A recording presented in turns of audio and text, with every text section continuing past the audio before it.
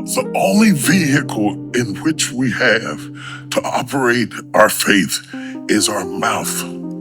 Yes, sir. You get the deal because of what you said and how you presented it. You become the president of the United States because of the speeches you make. You turn around Jim Crow because of who had the mic. If nobody speaks, nothing changes. So whatever idiom of business or life you're in, don't drop the mic. There is something that needs to be said that only you are the right person to say it. Taking notes with Dr. Eve. Page 1. Ink runs, but the truth stay clean. Soft draw, but my thoughts cut still. I seen sand, seen blood, now I sign my own deals. Bible in the nightstand, business plans on the floor. Dog tags in a shoebox, right there by the door. Greetings and welcome to Taking Notes.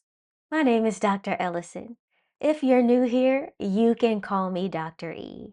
I am a leadership, business strategist, faith-filled believer, veteran, and a lover of books. If you like reading, learning, professional and personal development, if you are an observer like myself of the world around you and taking notes, you're in the right place.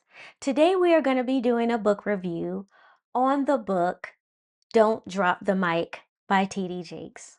Let's get into it. I recently picked up the book Don't Drop the Mic, and it is entitled The Power of Your Words Can Change the World. Now, this is not a recent purchase for me. This book was actually gifted to me a few years ago, and I could not think of a better time to pick it out. This book was crying out to me from my bookshelf.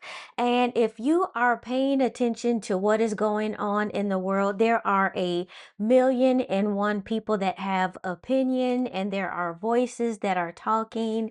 And what we know, if you're here, is because you like learning and you like reading. Reading helps us to build context, and we know that voices matter. It helps us to strengthen our discernment and our depth. And we're not just out here for opinions, and especially with all the things that are going on right now. And TD Jakes actually is challenging us to think about the way that we speak, not just loud or often, but the importance and the way that we are coming across in what we are speaking. And the cover of the book actually looks like this. So if you are not familiar, this is an image of TD Jakes, and he is actually at the microphone. And he is known as one of the most prolific and important speakers of our time. And if you know me, you know that I am going to tell you a little bit about the author. TD Jakes is one of the most inspirational, influential, and treasured spiritual leaders of our time. He is the #1 New York Times best-selling author of more than 40 books. He is the CEO of the towering TDJ Enterprises, spanning film, television, radio, publishing, podcasts, and an award-winning music label. He is a Grammy award-winning music producer, and his blockbuster films have achieved international success at the box office. His inspirational conferences such as MegaFest, and you may be familiar with Woman Thou Art Loosed, continue to have a profound global impact.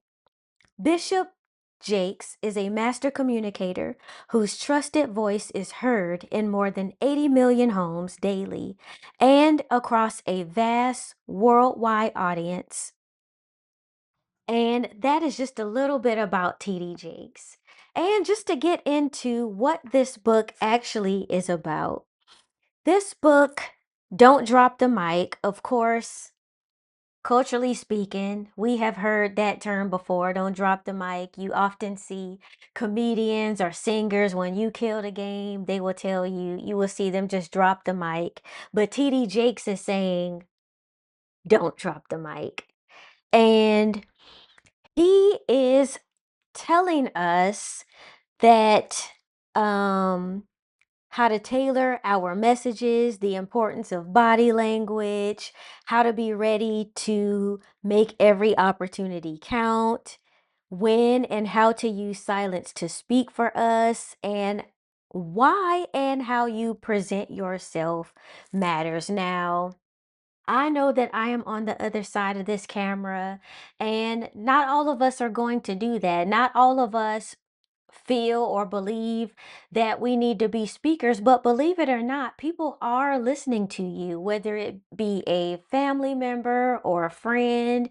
If you have children, they are paying attention to how you speak. If you are a person that is out in the marketplace, your co-workers or your bosses, if you are a leader, they are paying attention to the way you, not only the way that you speak, the way that you're presenting yourself and what you are saying and the times and the context of what you're saying these things in. And if you are paying attention to the headline news, there are over 700,000 more people out of work this time this year than there were last year. So people are really struggling with the unemployment rates.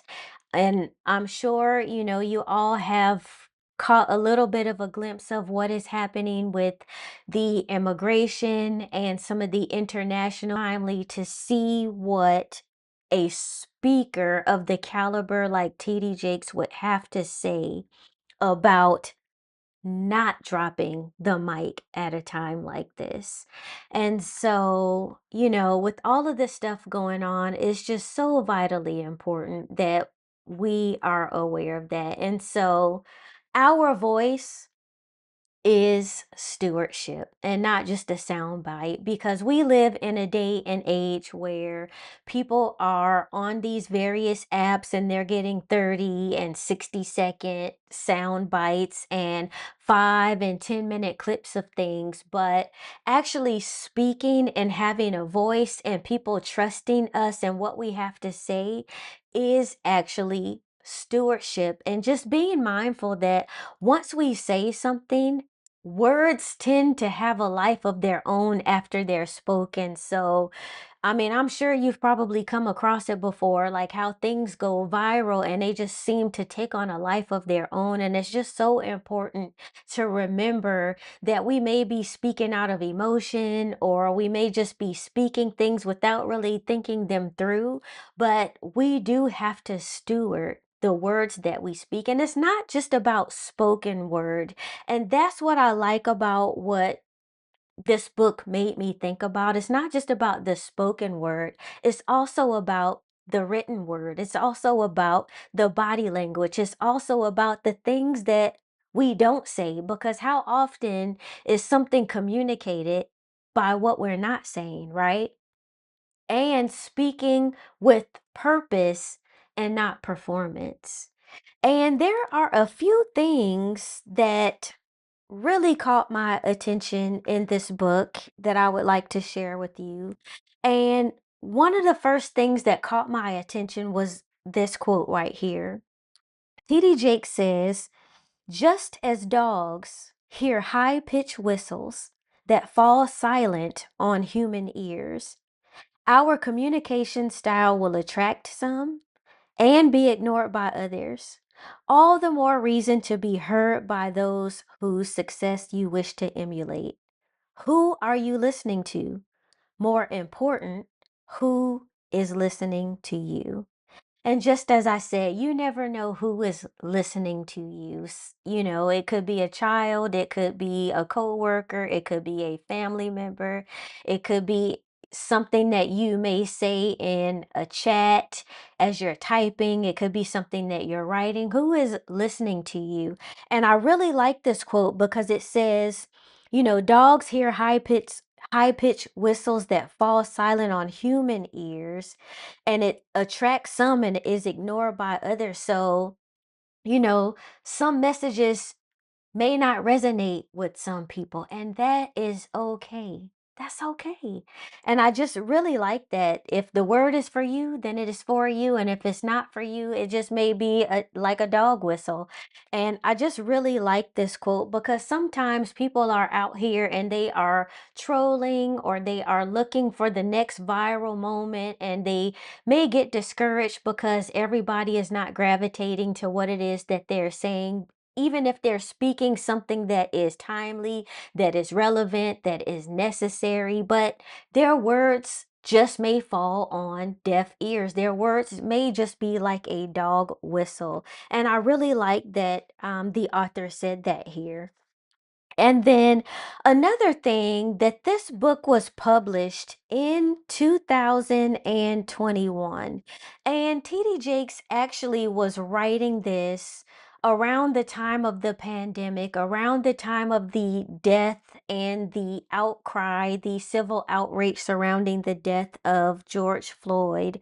And it's just interesting that I happened to pick this, take this book off of my shelf, and then we see what is currently happening in Minneapolis today. And so the author is actually speaking to that and the importance of the voices that are speaking now, as it regards, as I said, some of the things that are happening in headline news. And there are just some things that are being said that we may need to tune out. And that's why it's so important that we are reading, that we have diversified who we're listening to, what we're reading, that we're taking time to sit down and really think about what we're thinking about, right? And um there was another thing in here, one last thing that I did want to share about this book that really resonated with me. He said, "You certainly don't want to rush in and leave collateral damage in the wake of your communication unnecessarily. But at the same time, you must not allow fear of what others may think to stifle your voice or censor your message. Let your words land where they land." And that is a very vital point, because there are some times where we have things that need to be said, or it is a critical time to say it, and we may have the depth of knowledge and skill to speak to an issue, but out of fear or people pleasing or insecurity, we may allow our voice to be stifled. And I really like that TD Jakes spoke to that. And it's just important to take a step back. And he said we don't want to rush to hurry up and speak and say something, because there's a possibility that if we rush in and communicate in a in the wrong way, we may leave collateral damage. And at the same time, what we say may ruffle some feathers. We have to be aware that we may ruffle feathers, but at the same time, we don't want our voice to be censored or stifled. And I really like that he said that. And he actually used the storyline about King David. And if you know anything about the story of King David, and it's a very popular story about how he slayed the giant Goliath with a stone. And when I think about the story of King David and how he slayed that giant with the stone, and it says when he hit him with that stone, the stone sank into his head. And sometimes we are just talking to a bunch of soft headed people, right? And so I just really like that book. I think it just couldn't be more timely. And if you are a person that is looking to find your voice and you're just not sure how to structure what you say, or you just want to learn a little bit more how to speak, I can't think of a more profound speaker Then TD Jakes, he has been speaking for decades. And if you haven't had a chance to hear how he teaches, and he is just a prolific storyteller, I would encourage you to just take a listen sometime when you have an opportunity to how he tells stories. And the fact that someone was able to get him to share some of his expertise in this book, this is definitely a reference book, especially if you are a person that is looking to find your voice. And one thing that I thought about as I was reading this book is that being quiet is not weak either. So we may not be speakers, we may be quiet people. And when I thought about the concept for taking notes, I am a very observant person, and some of you may be very observant people as well. You may just sit back in the cut and you may just be quiet. Being quiet oftentimes is strategic as well. And I have a very soft or high, some would say a high pitched voice. And for a long time, I would not speak, or I would not speak publicly for that reason. But there is nothing wrong with being quiet or having a quiet demeanor. But that is important to know as well, that there is a strategy in that. And so I have been told at times that, that's actually a strength of mine, that when I do speak is profound. And it's because I'm not talking all the time. I mean, I'm doing it here because you know, really just wanted to get on here and share my love for learning and my love for books. But TD Jakes does emphasize the importance of listening and reflection and timing, because timing is just as powerful as speaking. So understanding, uncertainty and social change, and how our words should bring clarity and not confusion, and then speaking with impact, as I said before, especially in times that are so uncertain with all that's what's going on. We want to make sure that we have informed voices. And then there were some other books that I felt that were relevant, as I am talking about not dropping the mic and finding your voice and using your voice. And this one is another book that I really like. And this book is entitled Run. And it is book one of a series by John Lewis. And if you are not familiar with John Lewis, he is one of our nation's civil rights leaders. And what I really like about this book is that it is a graphic novel, and it has some of the most beautiful images in it. And I will show you a few here. It has some beautiful images in it.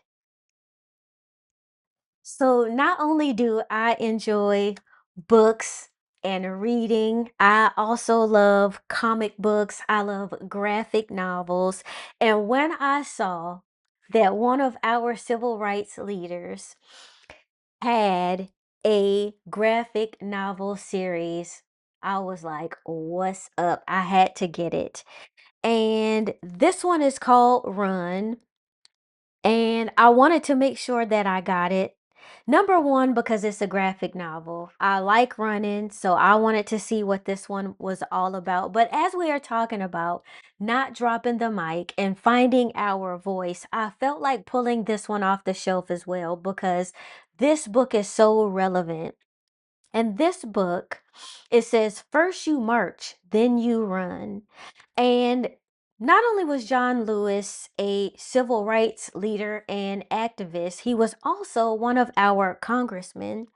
And it says, in sharing my story, it is my hope that a new generation will be inspired by Run to actively participate in the democratic process and help build a more perfect union here in America.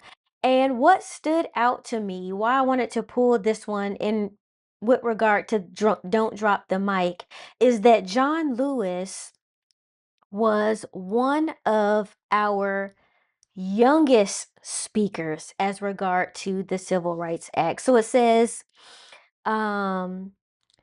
John Lewis, the civil rights movement came to an end with the signing of the Voting Rights Act on August 6, 1965. But that was after more than 5 years as one of the preeminent figures of the movement, leading sit-in protests and fighting segregation on interstate busways as an original freedom rider. And then it goes on to say that he was the youngest speaker at the March on Washington.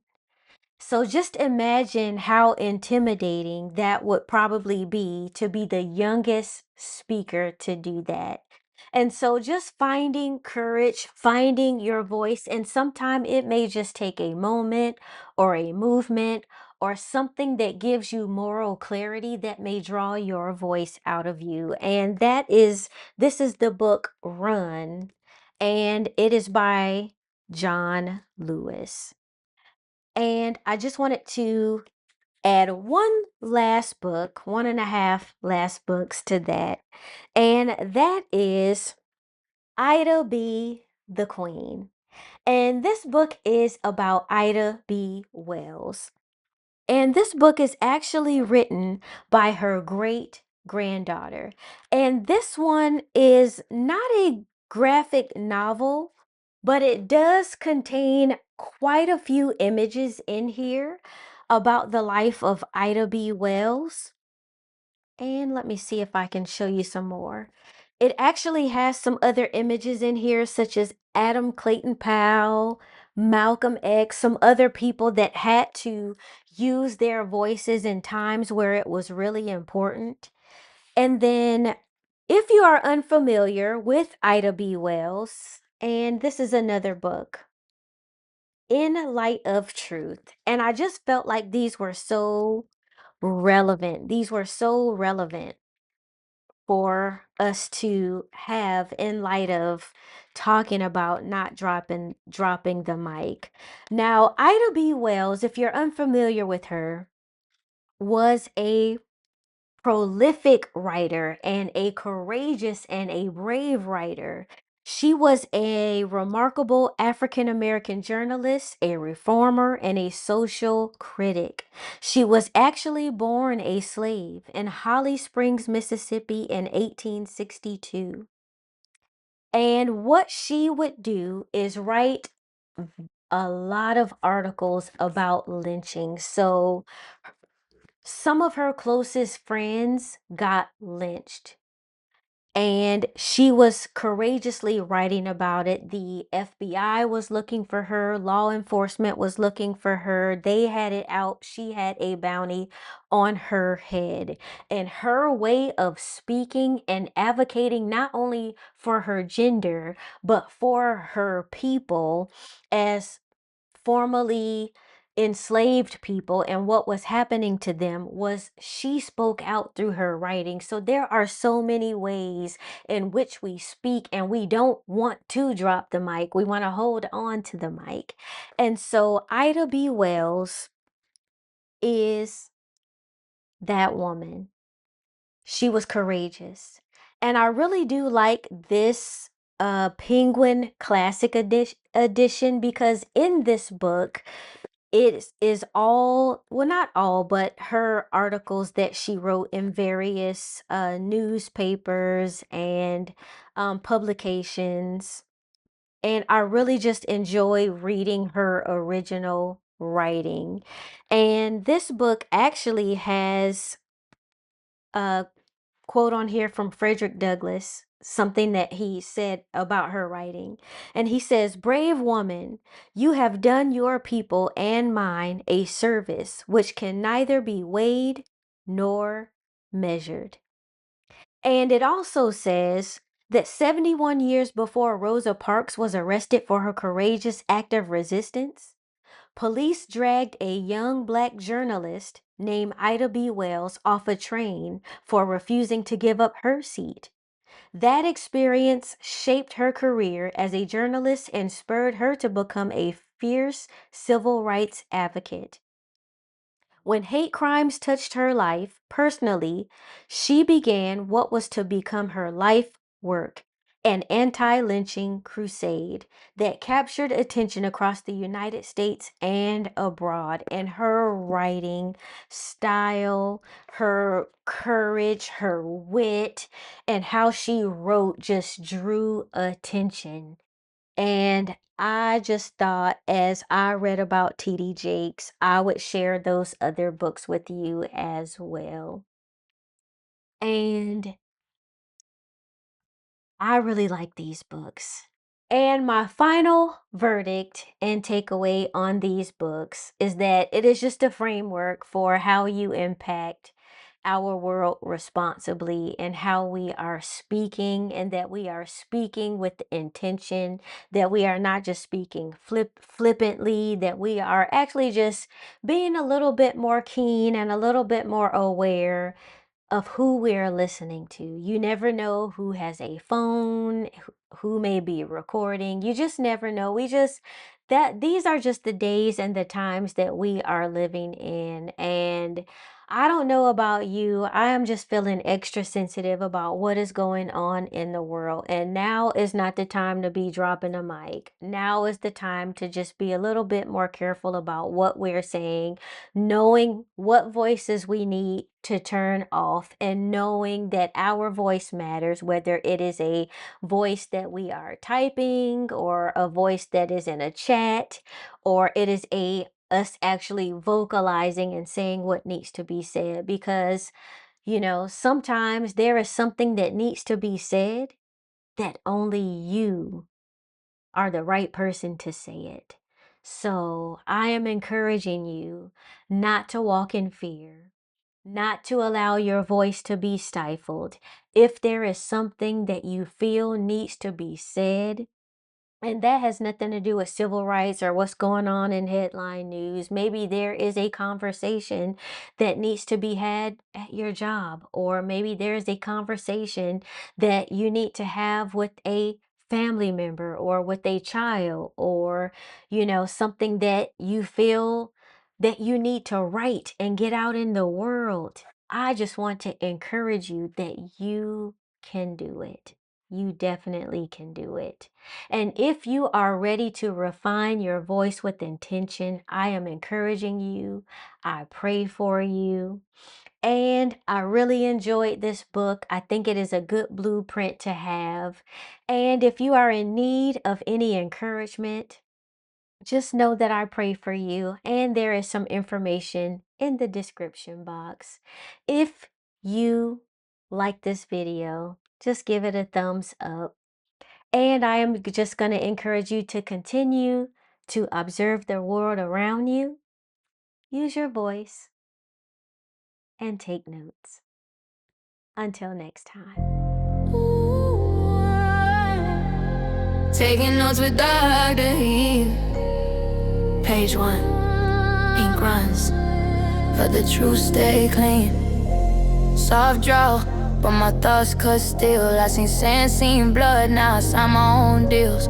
Bible in the nightstand, business plans on the floor. Dog tags in a shoebox, right there by the door. Brain wired like a circuit, they try to flip that switch. Told me sit still, watch screens while they getting rich. But I read those old letters, then I cracked new codes. Turn trauma into assets, turn ashes into gold. They want my brain on standby, mind control in plain sight. But I've been under fire, under oath, I don't break her